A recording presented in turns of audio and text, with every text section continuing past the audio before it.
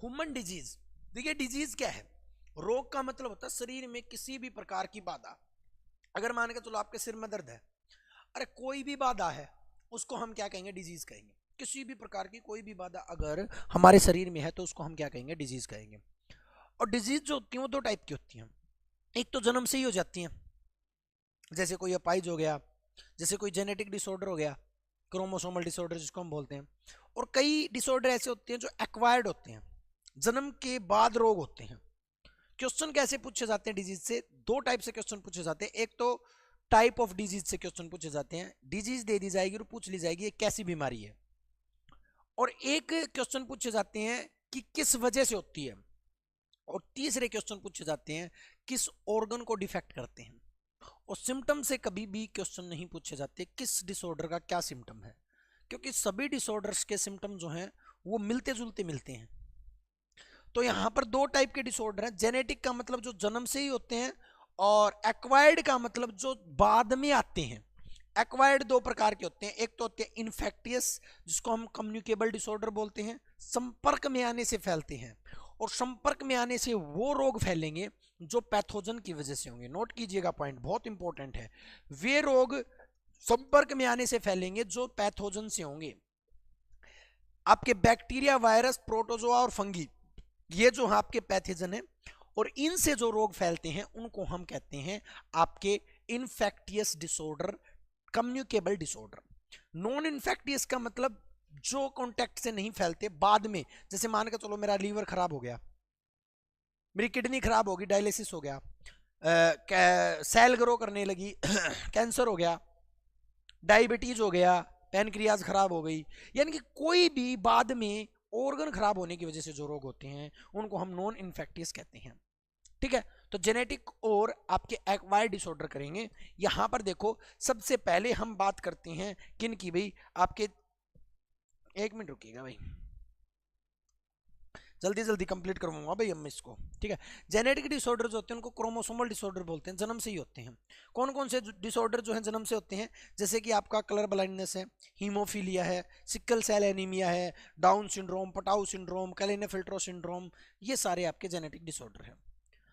इधर देखो, सबसे ज्यादा जो क्वेश्चन पूछे जाते हैं ना वो इन रोगों से पूछे जाते हैं। वो डिसऑर्डर मैंने करवा दिया आपको।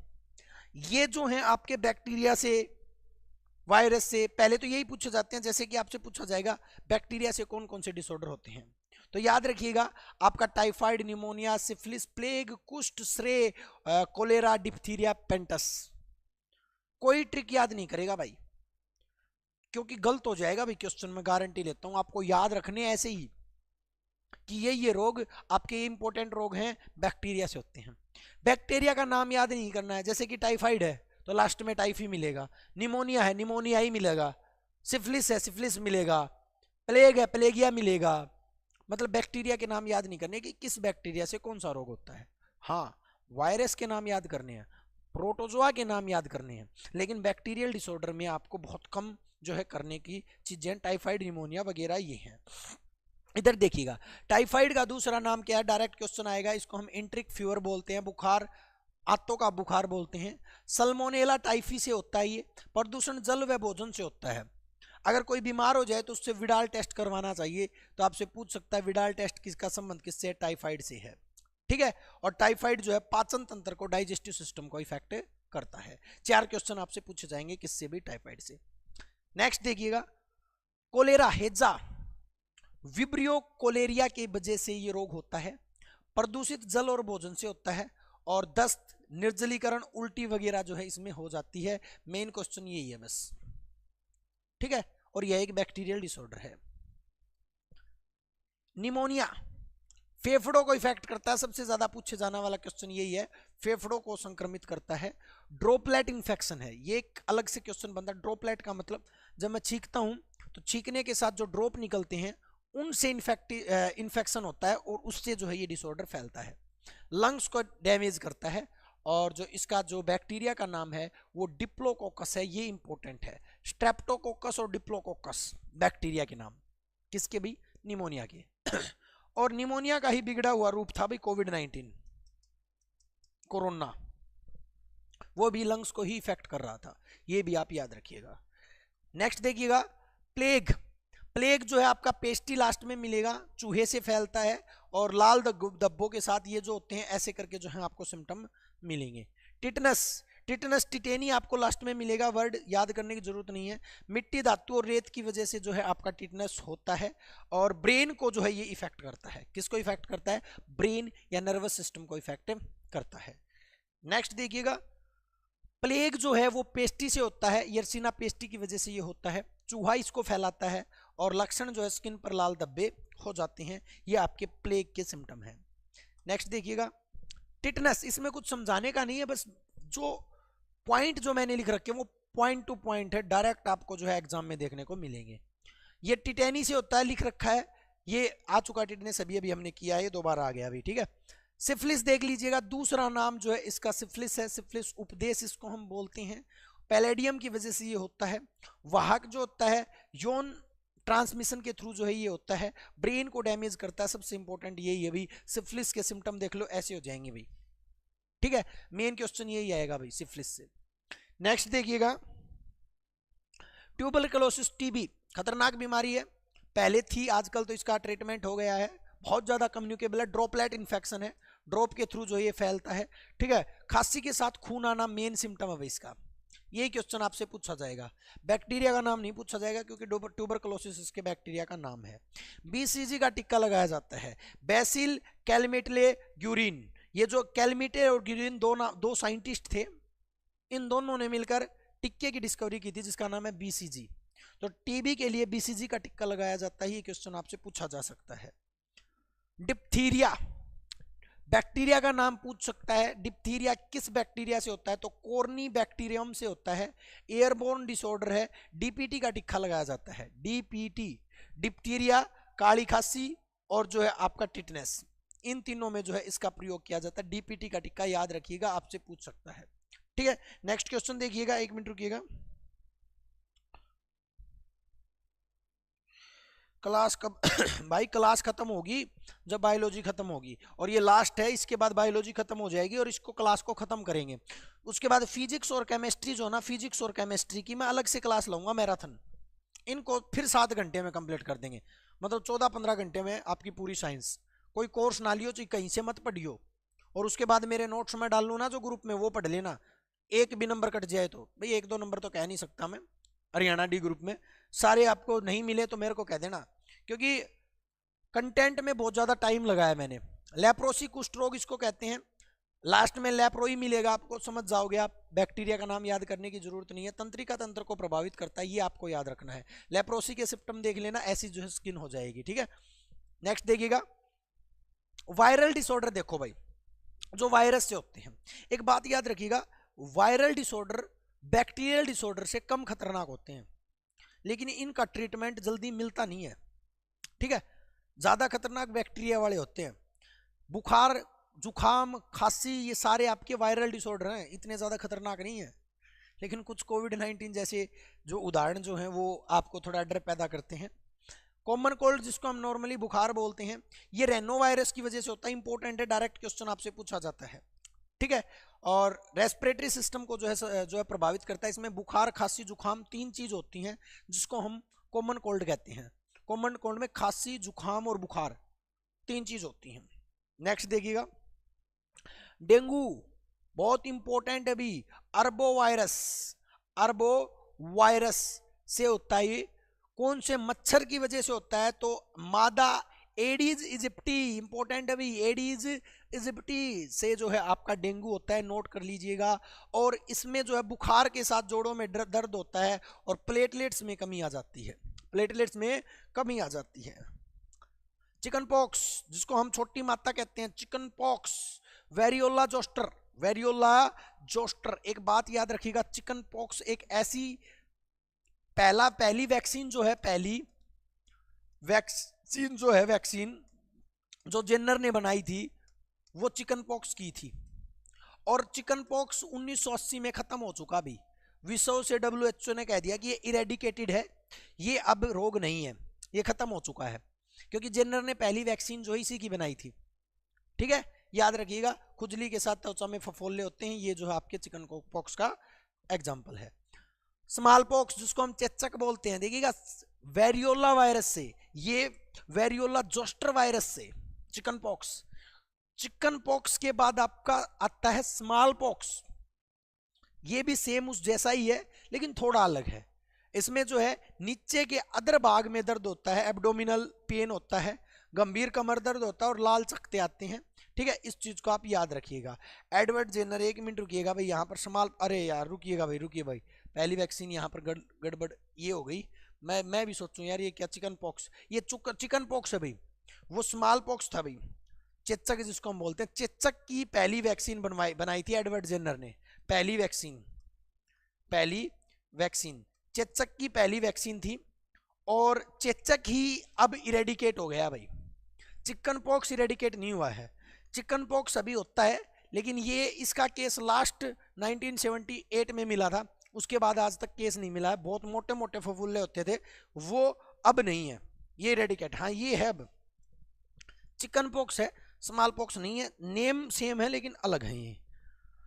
पोलियो इंटेरोवायरस, इंपॉर्टेंट है, वायरस का नाम आपको याद रखना है। घरेलू मक्खी से होता है, अड्डियों में दर्द होता है, बस ये इसका मेन सिम्टम है पोलियो का, और जो है आपके तंत्रिका तंत्र को खत्म कर देता है।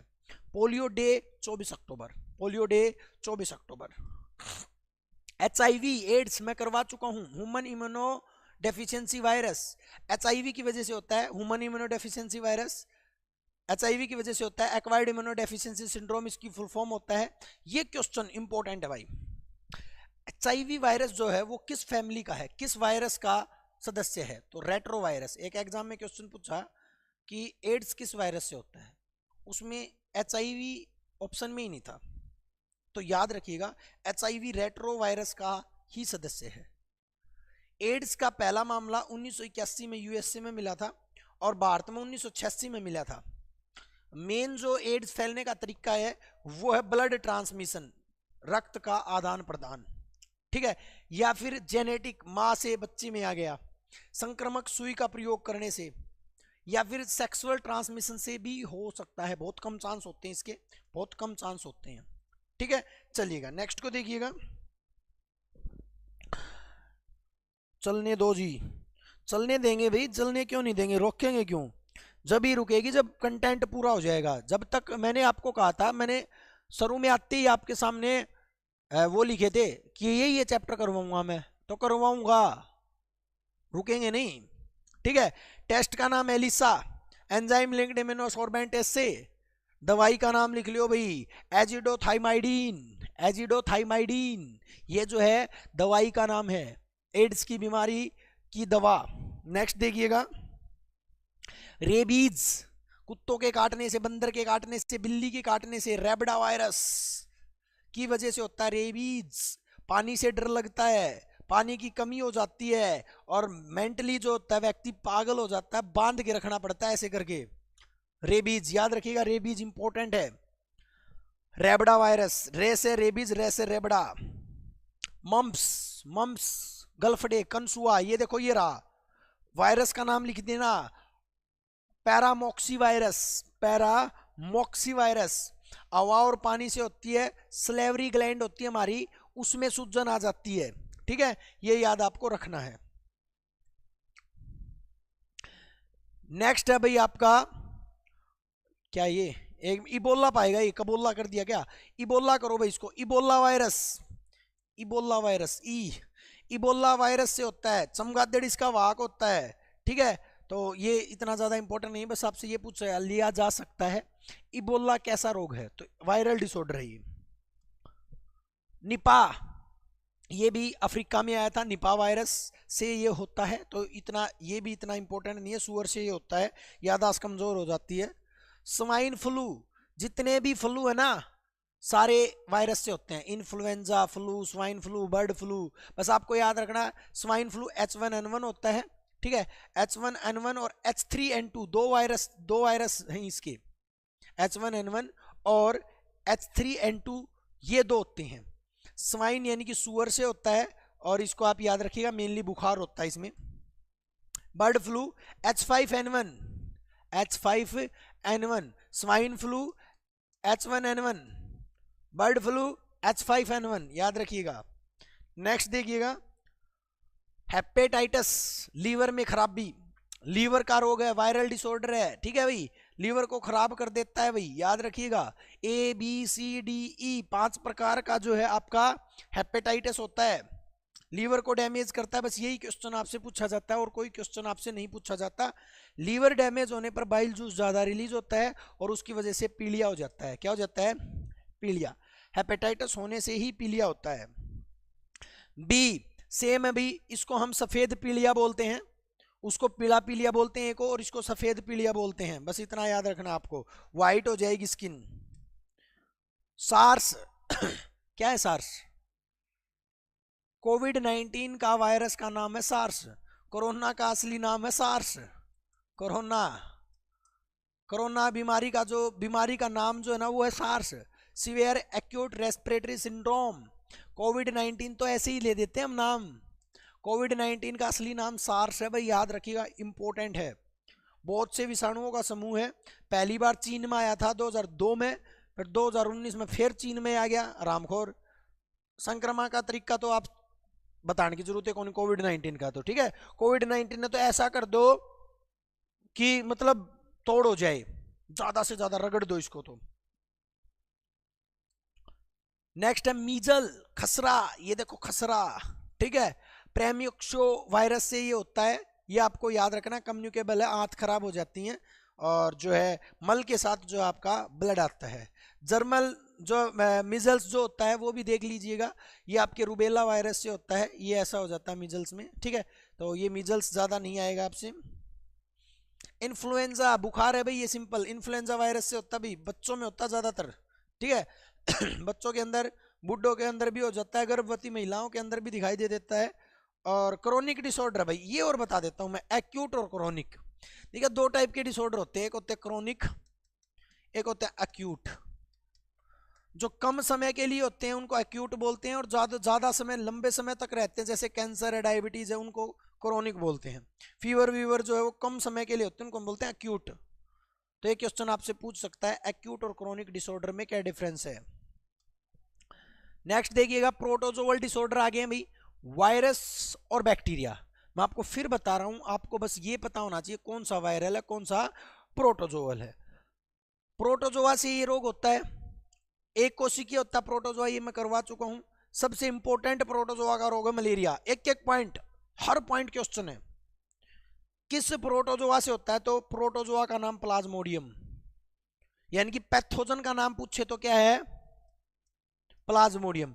और वेक्टर का नाम पूछे तो फैलाता कौन है, तो लेकर कौन जाता है इस पैथोजन को, तो वो लेकर जाती है फीमेल एनाफिलीज। हम करते क्या, देखो टीसीएस ने गड़बड़ करी थी, एग्जाम में क्वेश्चन पलट दिया, उसने कहा कि मलेरिया किस पैथोजन से होता है, और ऑप्शन ए दे दिया मादा एनाफिलीज, बी दे दिया प्लाज्मोडियम, बच्चे सारे मादा एनाफिलीज कर आए। अरे भाई मादा एनाफिलीज वेक्टर है, पैथोजन का नाम क्या है, प्लाज्मोडियम। पैथोजन वो होता है जो रोग करता है, वेक्टर वो होता है जो रोग को लेके जाता है, कैरी करता है, फर्क है इनमें, ठीक है। प्लाज्मोडियम प्रजाति जो होती है वो अलग अलग टाइप की होती हैं, ये भी आप याद रखना है, लक्षण वगैरह सबको पता ही है। दवाई याद रखिएगा, कुनीन की दवाई दी जाती है, कुनीन की दवाई, सिनकोना के पेड़ से प्राप्त की जाने वाली दवाई है कुनीन, एक एक पॉइंट % बनाते हैं भाई, ठीक है भाई। नेक्स्ट देखिएगा, स्लीपिंग सिकनेस इंपॉर्टेंट है, किस मक्खी से, से स्लीपिंग से सीसीसी, ट्रिप्नोसोमा से सारे से स्लीपिंग सिकनेस, ट्रिपिसोमा और जो है सीसीसी तंत्रिका तंत्र को प्रभावित करती है, बहुत नींद आती है और जो ज्यादा सोएगा उसकी याददाश्त कमजोर हो जाती है, ये बात आप याद रखिएगा। एलिफेंटियासिस, ये इंपॉर्टेंट है भाई, ठीक है। दो रोग होते हैं, एक होता है एथलेटिक फुट और एक होता है आपका एलिफेंट फुट, जिसको हम एलिफेंटियासिस और जो है फिलेरियासिस बोलते हैं, इसको जो है एलिफेंट फुट भी बोलते हैं, एलिफेंट फुट भी बोलते हैं। एलिफेंट फुट प्रोटोजोआ से होता है, एक होता है एथलीट फुट, एथलीट फुट जो होता है वो फंगी से होता है। एलिफेंट में पैर मोटे मोटे हो जाते हैं, प्रोटोजोआ का नाम जो है वो ब्रोंकाफ्टी है, बुचरेरिया ब्रोंकाफ्टी याद रखिएगा, कूलेक्स मच्छर इसको फैलाता है, तंत्रिका तंत्र को जो है क्या करता है, डैमेज करता है। कौन? आपका ब्रोंकाफ्टी। और लक्षण आप देख ही सकते हो, लक्षण ये है, काला एजार, सैंड फ्लाई याद रखिएगा, CC sleeping sickness, sand fly से कौन फैलता है? काला एजार। ये याद रखिएगा वेक्टर का नाम, दोनों वाणी, उसकी वाणी जो थी वो काली थी, ठीक है, काली थी, काला एजार हो गया वाणी, ठीक है, दोनों वाणी, उसकी जो वाणी थी वो काली थी, जिससे उसको काला एजार हो गया। सारे ये जी वो काला एजार है, स्लीपिंग सिकनेस है जी, एलिफेंट फुट है, तीनों ब्रेन को डैमेज करे हैं, ठीक है। नेक्स्ट देखिएगा, डायरिया, एंटी अमीबा हिस्टोलिटिका याद रखिएगा, पानी के द्वारा फैलता है, आंत प्रभावित होती हैं, याद रखिएगा, इंपॉर्टेंट है ये तो, और किसी के आगे, ठीक है, इनको याद रखिएगा। ये व्यक्ति बैठा भाई डायरिया का शिकार। पायरिया दोनों प्रोटोजोअल हैं, और पायरिया एंटी अमीबा गिंग्यूट्स याद रखिएगा, गिंग्यूट्स एंटी अमीबा हिस्टोलिटिका, ये एंटी अमीबा हिस्टोलिटिका था डायरिया, और पायरिया एंटी अमीबा गिंग्यूटिस्ट है, याद रखिएगा। मसूडों से खून आता है, ये देखो ये वाली लड़की, ये पायरिया है, ये क्या भी पायरिया है। नेक्स्ट फंगल डिसऑर्डर, बच गए भाई, फंगल डिसऑर्डर, अरे फंगस को तो करना ही नहीं है, दाद खाज खुजली जितनी भी है ना, स्किन डिसऑर्डर जितने भी हैं सारे फंगल डिसऑर्डर हैं। रिंगवार्म है, रिंगवार्म फंगल डिसऑर्डर है, बताने की जरूरत नहीं है क्या होता है, नहीं बताऊंगा। उसके बाद खुजली है, खुजली भी फंगल डिसऑर्डर है, करने की जरूरत ही नहीं है, बस आप ये कर सकते हो, एस्केरेसिस नाम के फंगस से जो है ये होती है। गंजापन भी फंगल डिसऑर्डर है। टीनिया चैपेटिस नाम के फंगी से होती है, ये पूछ सकता आपसे। एथलेटिक फुट फंगस, जो पैर होते हैं ना, पैर, इनकी उंगलियों के बीच में जो ना स्किन खराब हो जाती है, फंगस हो जाता है, इसको हम बोलते हैं एथलीट फुट, याद रखिएगा। ये भी जो है आपका कैसा है, फंगल डिसऑर्डर है। और पैडी का मतलब पैर, पैडीज नाम के फंगी से होता है, पैडीज नाम के फंगी से होता है, ठीक है भाई। चलिएगा नेक्स्ट आपका अस्थमा, फंगल डिसऑर्डर, भाई ये इंपॉर्टेंट, हम भूल जाते हैं कि अस्थमा, आप ना अस्थमा को ना नॉन इन्फेक्टियस में मत कर दीजिएगा, अस्थमा फंगस की वजह से होता है, ठीक है, याद रखिएगा। ये जो श्वास नली के अंदर जो फम्मीगेटिस नाम का एक जो है फंगी जो है वो फंस जाता है सांस की नलकी में, उससे अस्थमा होता है।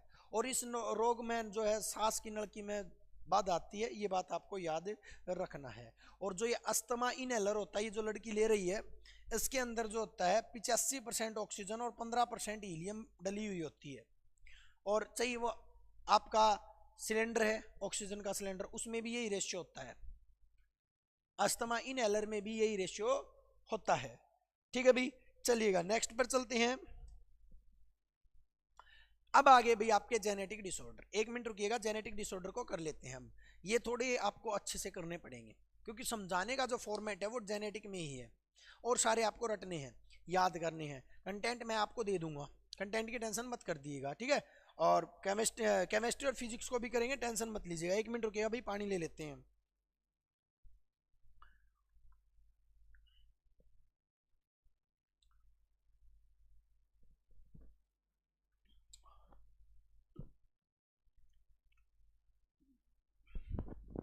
चलिएगा भाई, जेनेटिक का मतलब जो रोग जन्म से होते हैं। बेटा जो जन्म से रोग होंगे ना, उनका ना तो कोई ट्रीटमेंट होगा, नो ट्रीटमेंट नो मेडिसिन। ये क्वेश्चन कभी भी आ जाए ना कि ट्रीटमेंट क्या होगा जेनेटिक का या मेडिसिन क्या होगी, काट दीजिएगा, कोई मेडिसिन नहीं, कोई ट्रीटमेंट नहीं। एक बात बताओ, क्रोमोसोम जब चेंज हो रहे थे उस टाइम पर ये रोग बनते हैं, क्रोमोसोमल डिसऑर्डर होते हैं। मैंने आपको बताया था 46 क्रोमोसोम होते हैं, जिसमें 22 ऑटोसोम होते हैं, सॉरी 22 दूनी 44 कर लो अभी के लिए, जोड़ों में कर लो 44, और 2 एलोसोम होते हैं जिनको सेक्स क्रोमोसोम बोलते हैं, ठीक है। अगर इनमें किसी प्रकार की गड़बड़ है ना, तो मेल और फीमेल दोनों में गड़बड़, हाथ पैर नाक, कोई लंगड़ा है, किसी अंधा है, कोई ऐसे रोग हो जाएंगे। इनमें कोई डिसऑर्डर हो गया ना तो जेनेटिक डिसऑर्डर हो जाएंगे। कैसे रोग हो जाएंगे? जेनेटिक डिसऑर्डर हो जाएंगे। 15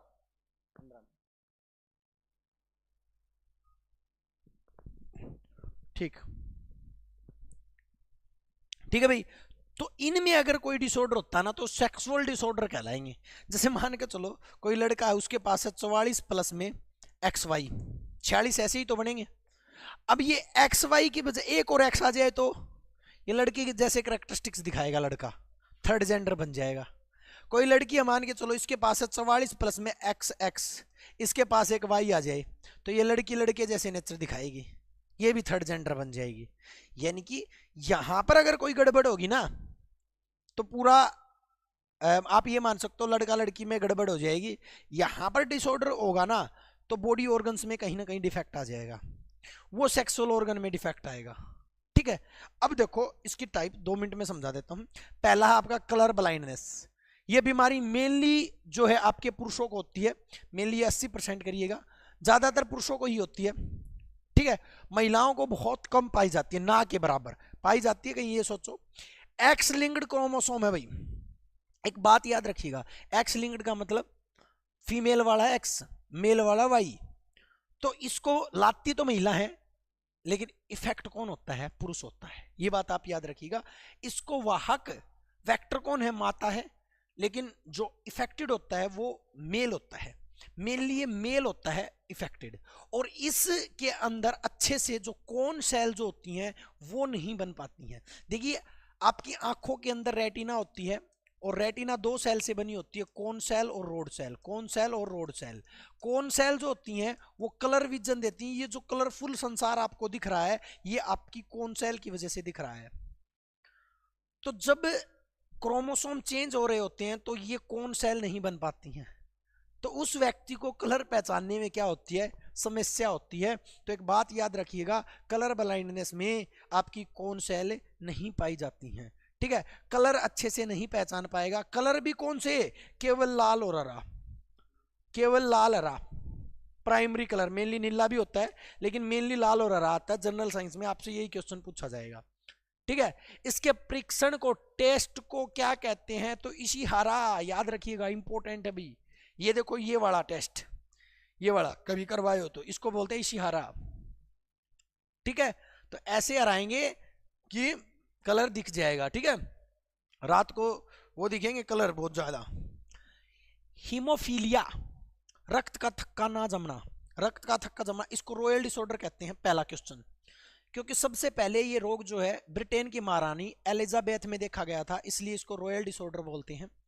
और एक्स लिंक्ड है ये भी, मतलब माताएं लाती हैं, महिलाओं के द्वारा लाया जाता है और वही रोगी मेनली पुरुष ही होता है। एक्स लिंक्ड है ये भी, पिछला भी एक्स लिंक्ड था।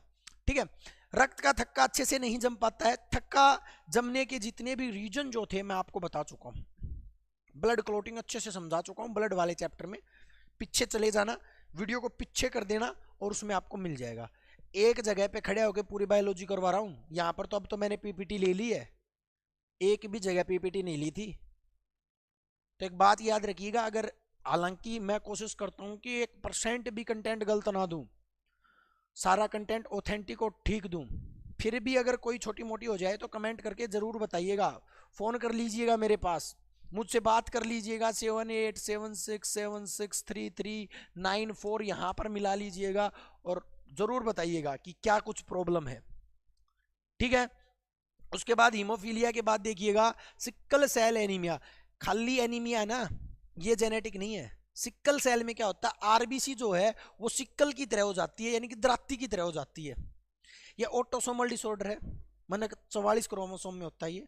और आरबीसी का साइज जो होता है वो हसिया के आकार का हो जाता है, ये बात आप याद रखिएगा। थैलेसेमिया, थैलेसेमिया होता है हीमोग्लोबिन कम मात्रा में बनता है, जेनेटिक है, ये भी जेनेटिक है। और जीवन भर आरबीसी कम रहता है, हीमोग्लोबिन कम होगा तो आरबीसी भी कम होगी, जेनेटिक है ये।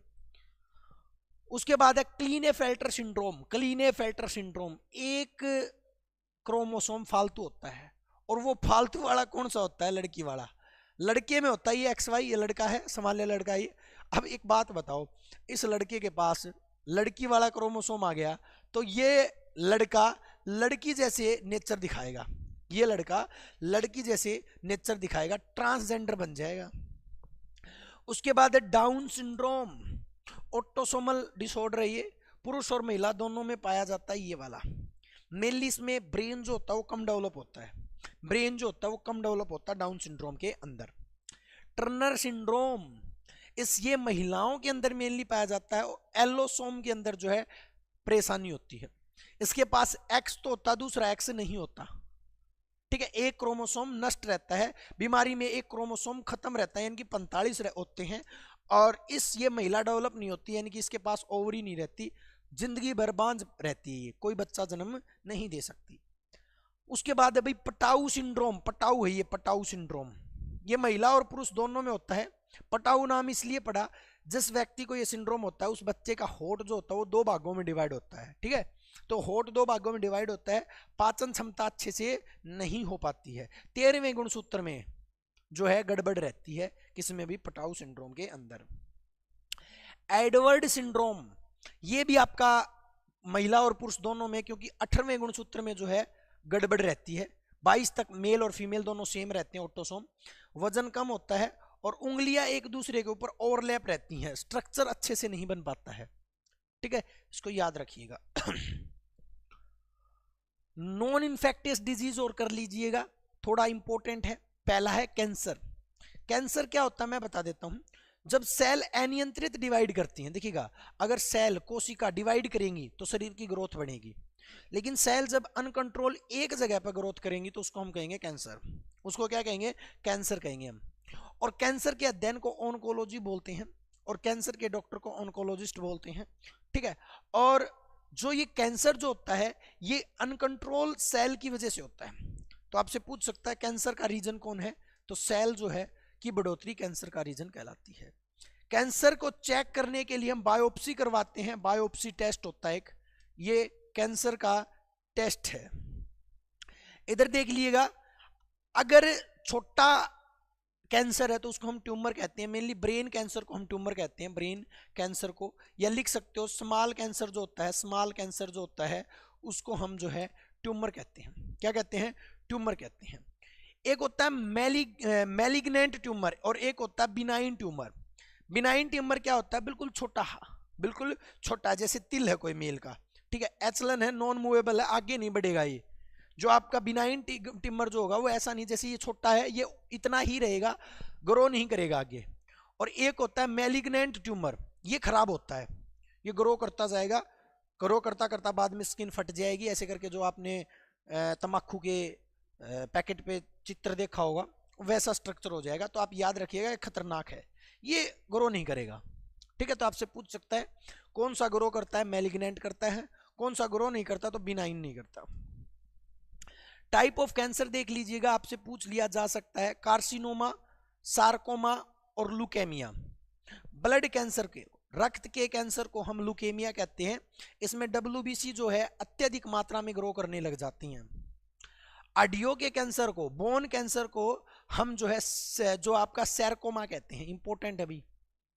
और जो आपकी एपिथेलियम जो टिश्यू जो होते हैं, एपिथेलियम का मतलब क्या होता है, स्किन, लंग्स या किसी भी ऑर्गन के आउटर स्ट्रक्चर का जो मेम्ब्रेन होती है उसको बनाने वाले टिश्यू एपिथेलियम होते हैं, तो उनमें अगर ग्रोथ होती है तो उसको हम जो है कार्सिनोमा कहते हैं, ये इंपॉर्टेंट है। तो ये टाइप है टिश्यूज की, याद रखिएगा, ठीक है। इसकी जांच को क्या कहते हैं, इसकी जांच को बायोप्सी कहते हैं। आगे कैंसर किसकी वजह से फैलता है, तंबाकू, नाखून चबाने से, पैंट वगैरह वगैरह वगैरह बहुत सी चीजों से होता है, यूवी रे से सबसे ज्यादा कैंसर होता है, ये बात आप याद रखिएगा। कैंसर के टेस्ट देख लो भाई, बायोप्सी से, सबसे मेन तो टेस्ट इसका यही है, बायोप्सी के थ्रू ही हम कैंसर चेक कर सकते हैं। वैसे MRI, मैग्नेटिक रेजोनेंस इमेजिंग के थ्रू भी हम इसको देख सकते हैं, CT स्कैन, कंप्यूटर टोमोग्राफी के थ्रू भी जो हम इसको देख सकते हैं, ठीक है। तो ये जो है आपके टेस्ट हैं कैंसर के। उसके बाद कैंसर की के ट्रीटमेंट के बारे में बता देता हूं। कैंसर के ट्रीटमेंट को हम रेडियोथेरेपी बोलते हैं, रेडियोथेरेपी बोलते हैं, कोबाल्ट थेरेपी बोलते हैं। कोबाल्ट थेरेपी और रेडियोथेरेपी दी जाती है कैंसर के रोगी को। इसमें क्या करते हैं, इसमें गामा रे, रेडोन गैस और कोबाल्ट 60, इन सभी को वो जो ग्रोथ हो रखी है सेल उनके ऊपर मारते हैं और उनको खत्म करते हैं सेल्स को। ठीक है, तो इसको आपको याद रखना है। नेक्स्ट है भाई आपका इटाई। कैडमियम के कारण होने वाला रोग है, जोड़ों में दर्द होता है, रीढ़ की हड्डी जो है वो मुड़ जाती है। ये देखो ये इटाई है, आपको याद रखना। मेन क्वेश्चन ये आएगा, कैडमियम की कमी से जो है ये होता है। ठीक है, सॉरी, कैडमियम की अधिकता से ये होता है। डर्माटाइटिस का स्किन से संबंधित है। ड्रम का मतलब होता है स्किन। डर्माटाइटिस जो होता है वो निकल की अधिकता की वजह से होता है, इसको आप याद रखिएगा, निकल की अधिकता से जो है ये होता है। मीना माता मरकरी से होता है, ये बात भी आप याद रखिएगा, तंत्रिका तंत्र को जो है ये प्रभावित करता है। ब्लू बेबी सिंड्रोम नाइट्रोजन पदार्थ की अधिकता से जो है ये होता है। तो इन सभी रोगों को आपको याद रखना है। तो ये था भाई आपका आज का हमारा और जो है कार्यक्रम